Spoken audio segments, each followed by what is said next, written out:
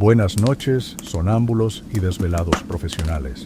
Otra vez están aquí, y yo otra vez sigo hablando de cosas viejas a horas indebidas. Hoy traigo una de esas historias que no deberían dar risa, pero que a fuerza de repetirse durante siglos, se han convertido en un espectáculo tragicómico. Si quieren seguir escuchando relatos innecesariamente detallados a medianoche, pueden dejar un like y suscribirse. Así este canal no se queda solo en la noche, y ustedes no se quedan sin historias. Ahora sí, acomódense, cobijita lista, almohada estratégica y esa penumbra que parece decirnos que ya no hay prisa. Imaginen esto: Inglaterra, siglo XVI, un rey joven, apuesto, atlético, que sabe montar a caballo, tocar instrumentos, escribir poemas y cazar como todo un caballero. La gente lo ve y piensa, ¡qué príncipe azul tan perfecto! Lo que nadie sabía era que ese príncipe azul se convertiría en el mayor coleccionista de esposas, divorcios y amantes de la historia inglesa. Porque Enrique VIII no solo fue rey, fue un serial dater antes de que existiera Tinder. Un hombre que convirtió la cama en campo de batalla, el matrimonio en trámite burocrático y la iglesia en excusa para romper votos con más facilidad que un contrato de suscripción online. 6 esposas oficiales. 6. Y eso sin contar las amantes, que eran tantas que en la corte ya nadie sabía quién era reina, quién era favorita y quién solo estaba de paso. Sus ministros tenían menos estabilidad que sus matrimonios, y su reputación se construyó más en torno a su vida privada que a su política exterior.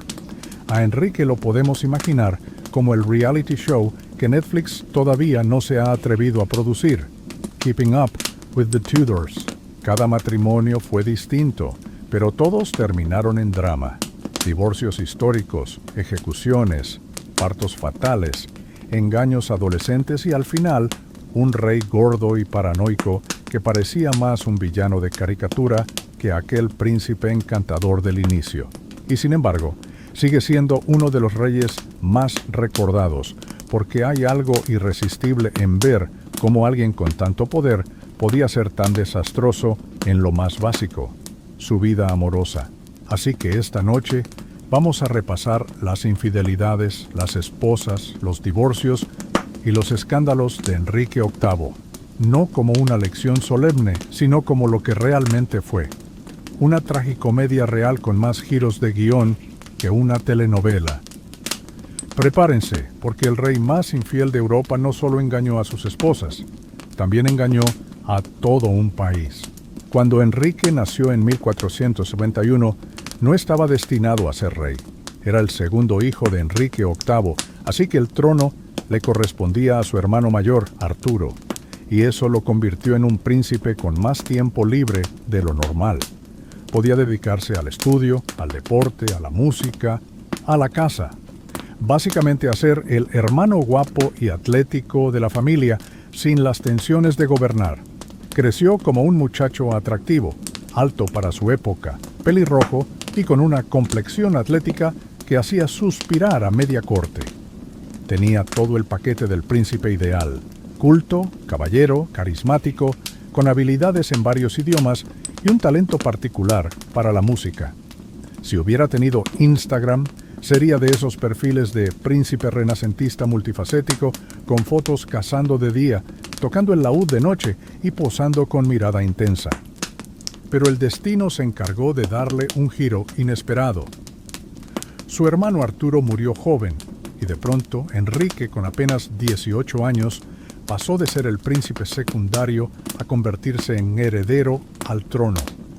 En 1509, tras la muerte de su padre, fue coronado como Enrique VIII. El muchacho que había crecido como un galán despreocupado se convirtió de golpe en rey de Inglaterra, con todo el peso de la política internacional y la dinastía Tudor sobre los hombros. Al principio parecía cumplir con el ideal. Era un rey joven, enérgico, culto, el típico nuevo comienzo que siempre entusiasma a la gente. Inglaterra venía de una dinastía todavía frágil y la imagen de Enrique cabalgando por los campos, deslumbrando con torneos de justa, componiendo canciones y escribiendo tratados de teología, era casi demasiado buena para ser verdad. La gente lo adoraba. Los cronistas lo describían como un hombre atractivo y lleno de vida, un rey con un futuro brillante. Pero había un detalle que pronto marcaría toda su vida. Enrique tenía una debilidad peligrosa por las mujeres. Y no lo digo como una exageración, era incapaz de mantenerse fiel, ni siquiera en los años en que estaba recién casado, ni siquiera cuando la política exigía estabilidad. Tenía la pasión de un adolescente, pero el poder absoluto de un rey. Y esa combinación era una receta para el desastre. En los primeros años de su matrimonio con Catalina de Aragón, parecía estable y fiel. Pero bastó que pasara la novedad para que empezaran los rumores de amantes, de encuentros discretos con damas de la corte, de atenciones indebidas a actrices y cantantes. Enrique disfrutaba del juego de la seducción como si fuera otro de sus deportes favoritos y lo practicaba con la misma falta de moderación. En resumen, el príncipe azul que todos habían celebrado en su juventud resultó ser más bien un adicto al deseo, incapaz de contenerse.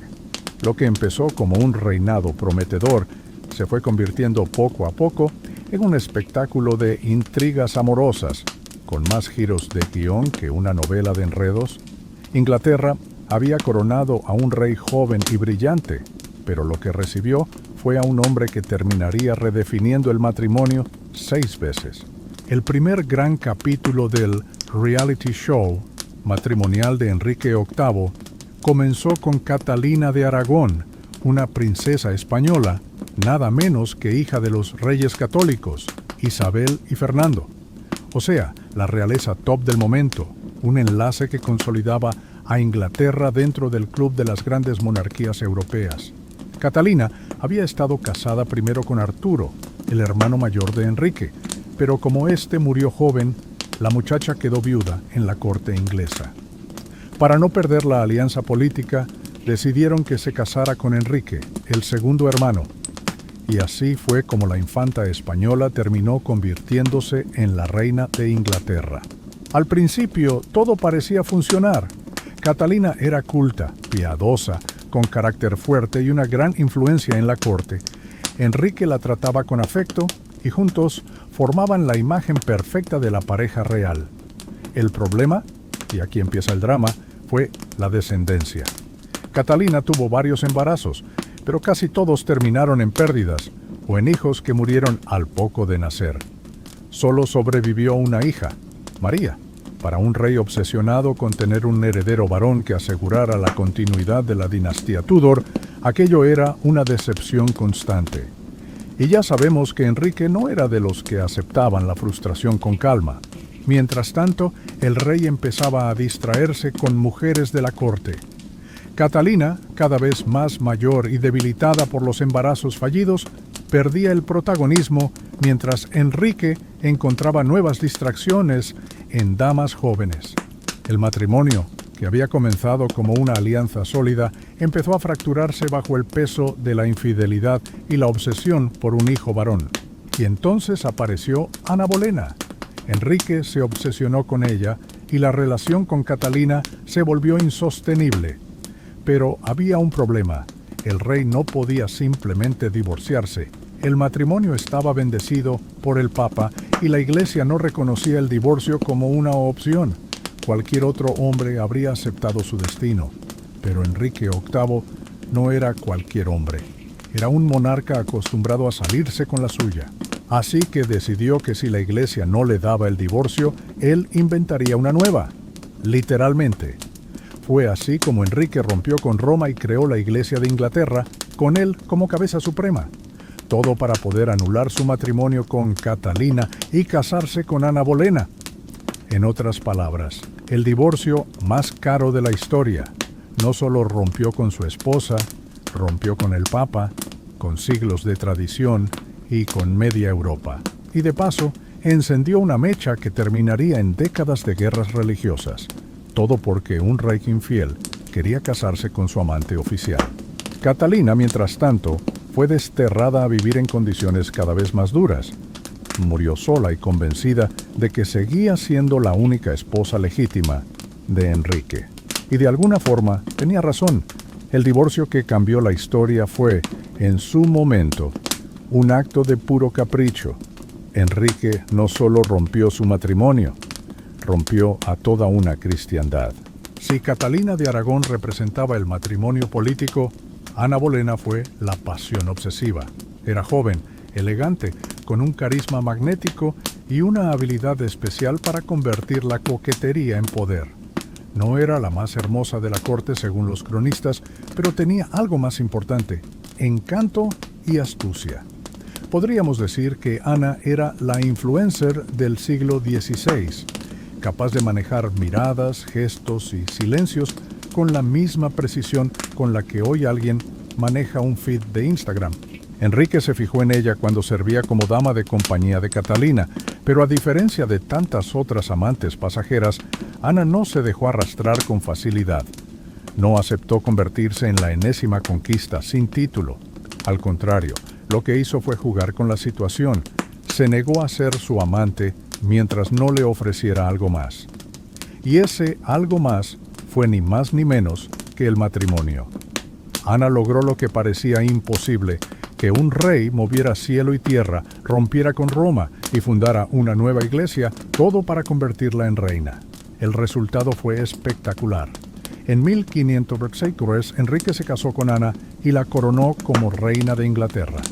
Ella se paseaba por la corte con el aura de la mujer que había derrotado a una reina española y al mismísimo papa.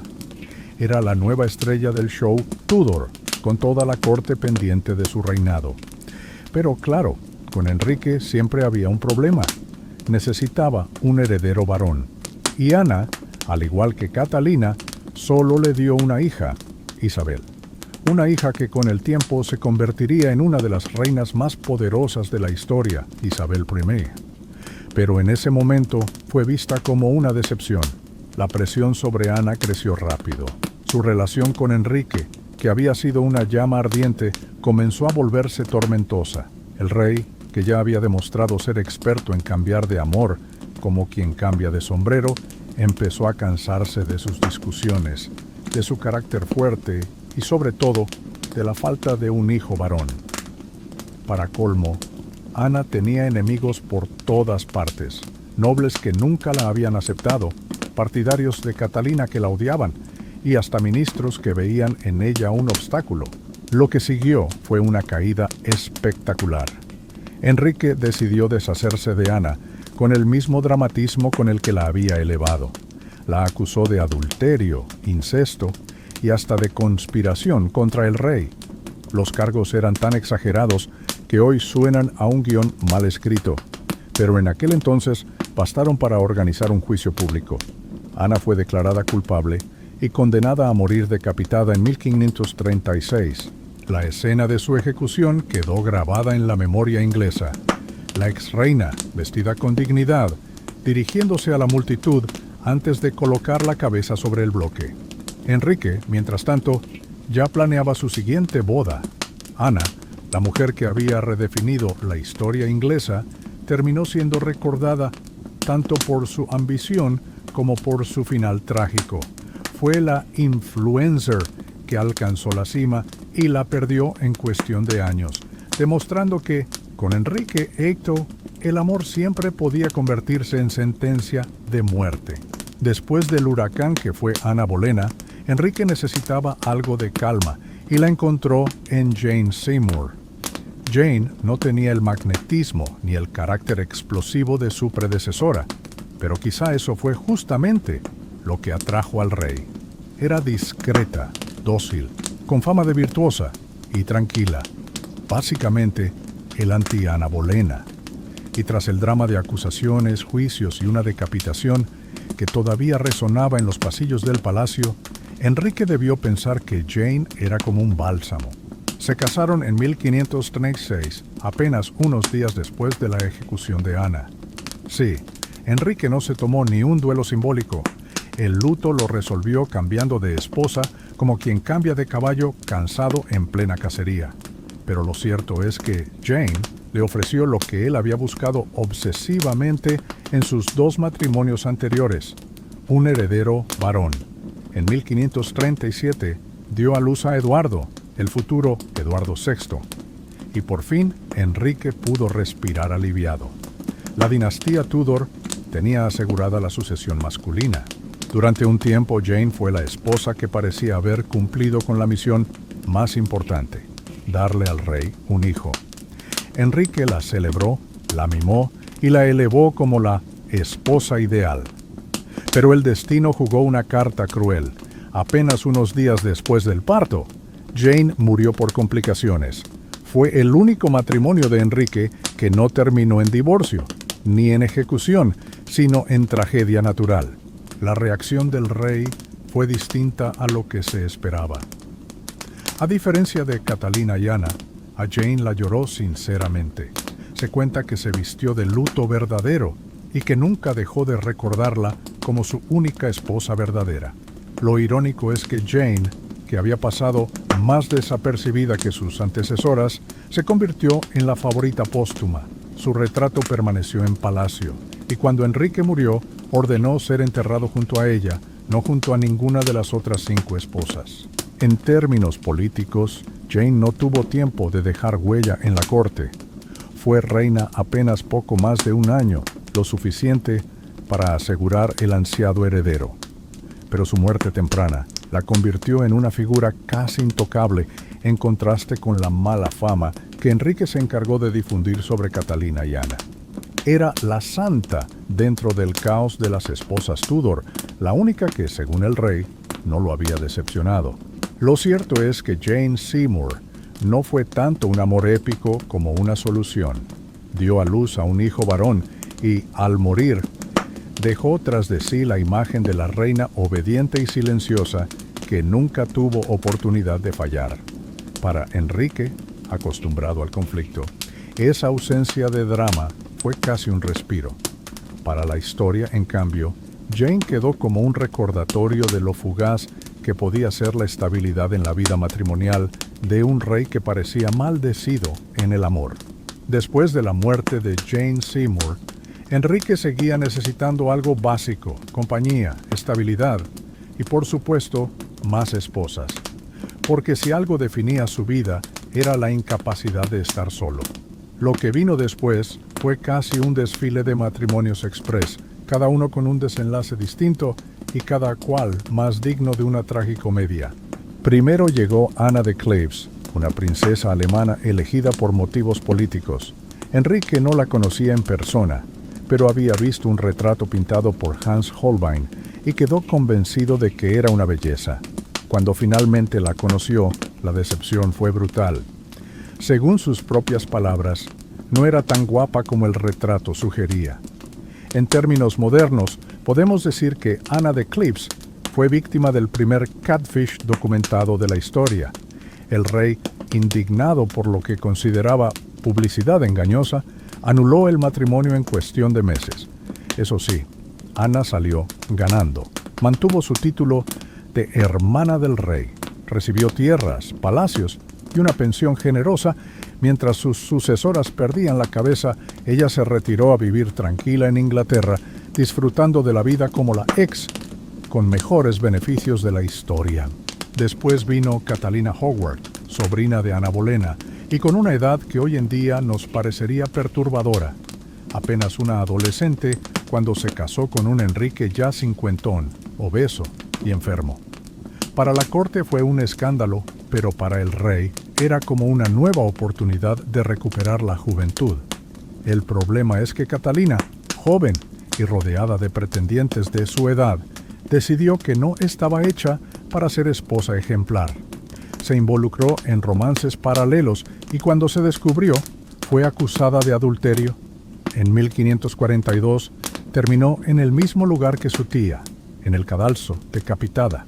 Enrique, que había empezado tratándola como un soplo de aire fresco, terminó deshaciéndose de ella con la misma frialdad con la que alguien borra un contacto incómodo de su teléfono. La última en la lista fue Catalina Parr, la sexta esposa que tuvo la fortuna y la astucia de sobrevivir al rey. Catalina era viuda, culta, prudente y entendía perfectamente cómo manejar a un Enrique ya envejecido, paranoico y difícil de tratar. Más que esposa, fue enfermera, mediadora y cuidadora.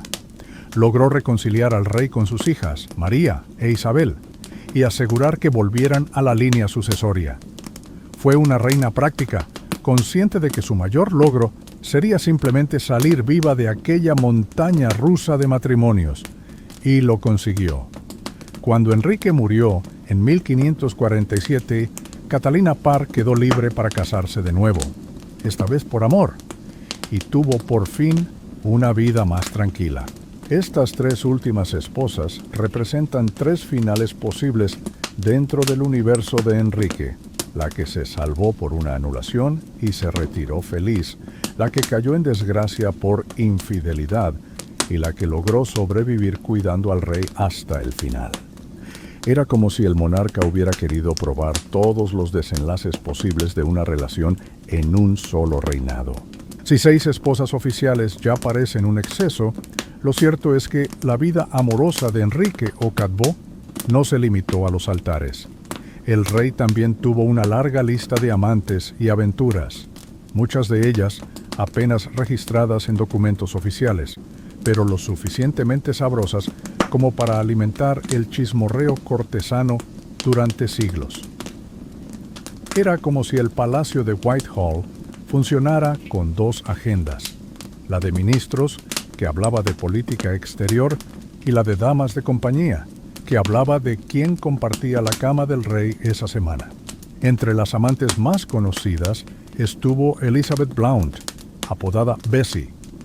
Ella no fue solo un romance pasajero, le dio al rey su primer hijo varón, Enrique Fitzroy, a quien Enrique VIII reconoció oficialmente. Esto era importante porque demostraba que el problema de no tener herederos hombres no estaba en él, según su versión, sino en sus esposas. El niño fue nombrado duque de Richmond y Somerset, lo que causó revuelo en la corte porque más de uno pensó que tal vez el rey planeaba legitimarlo. No ocurrió, pero el mensaje quedó claro. Enrique no tenía problemas para sembrar descendencia. El asunto era que las esposas no cumplían con las expectativas. Además de Bessie, se habla de múltiples damas de la corte que pasaron por la órbita del rey. Algunas se volvieron figuras efímeras, otras alcanzaron poder e influencia momentánea, y muchas quedaron relegadas al olvido una vez que Enrique se cansaba. El patrón era claro: se enamoraba con intensidad, disfrutaba de la conquista, y luego, cuando la novedad se apagaba, las dejaba atrás.